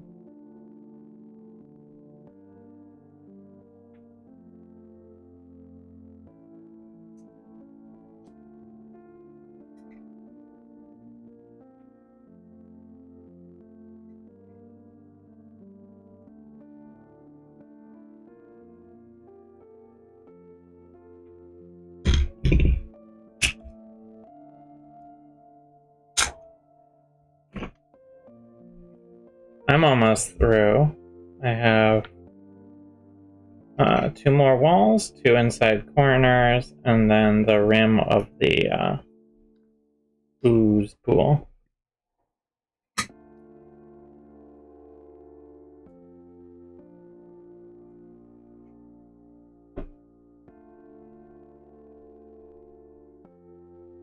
I knew this set would be a lot quicker to paint, just because the town set that with all those beams takes so much extra effort and attention. Whereas something like this is relatively easy to paint.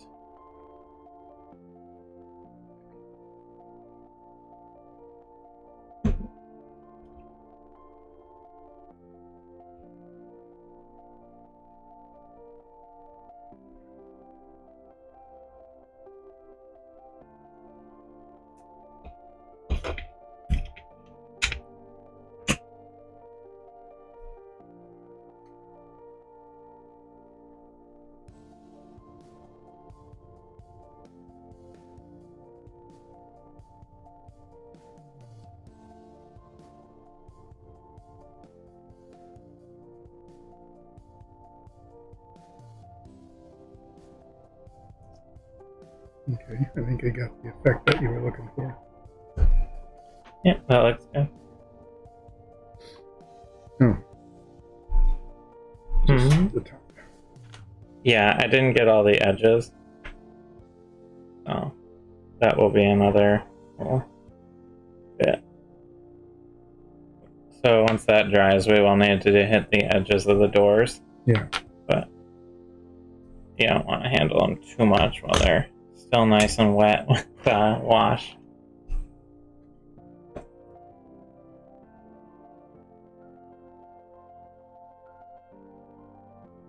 Yeah, this is going to show, so we do want to get it very nice and yucky.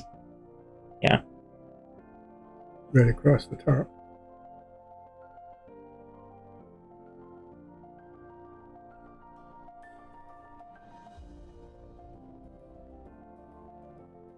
Wash on the silver or the metallics actually works really nicely. I did a dragon that way once. Oh yeah, that green dragon. Yeah, it was, I did like a gold or a brass metallic underneath. Mm-hmm. And then I did a green wash over that. That turned out very nice. And it came out really quite well, yeah.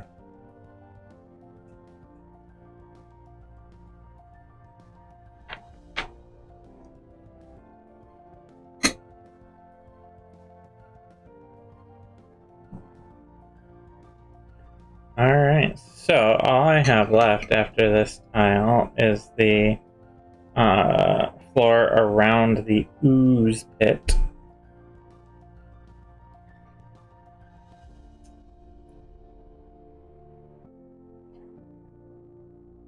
It'll be interesting to see what the ooze pit looks like with all of its neighboring pieces, but that's where we're at right now. Get a little more black wash.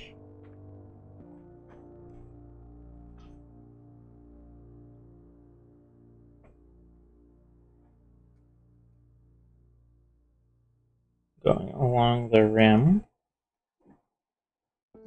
So, I had rusted the doors. thank you.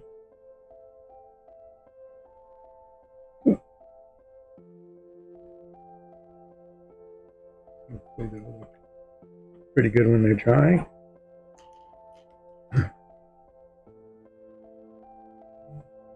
Oh, you got the big double door yet? Oh yeah. I still have Big double door. Got all excited.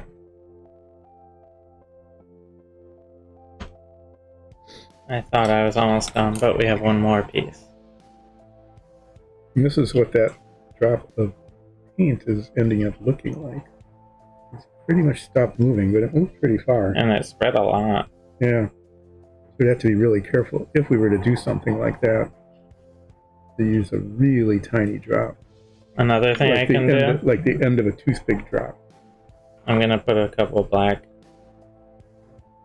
random... No, black random mold spots. Why not?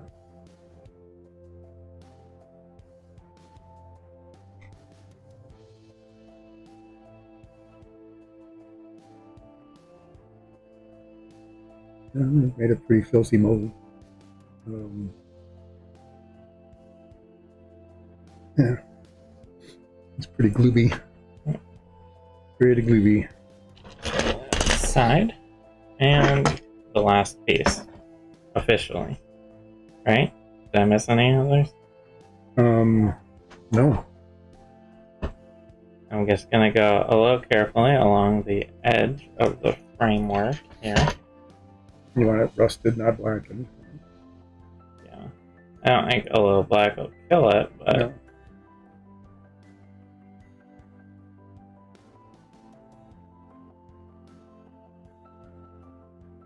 No sense, intentionally getting it messed up.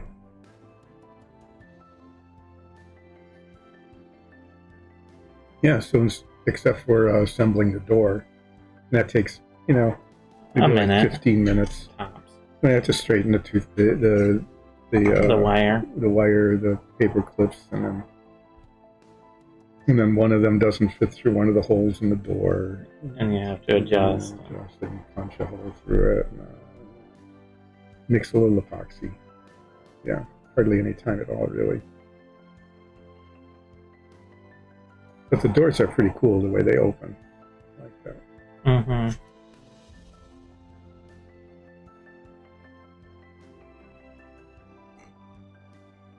Yeah. Alright, so what that tells us, though, is in about 2 hours, we're able to pretty much complete the entirety of the Necromancer set.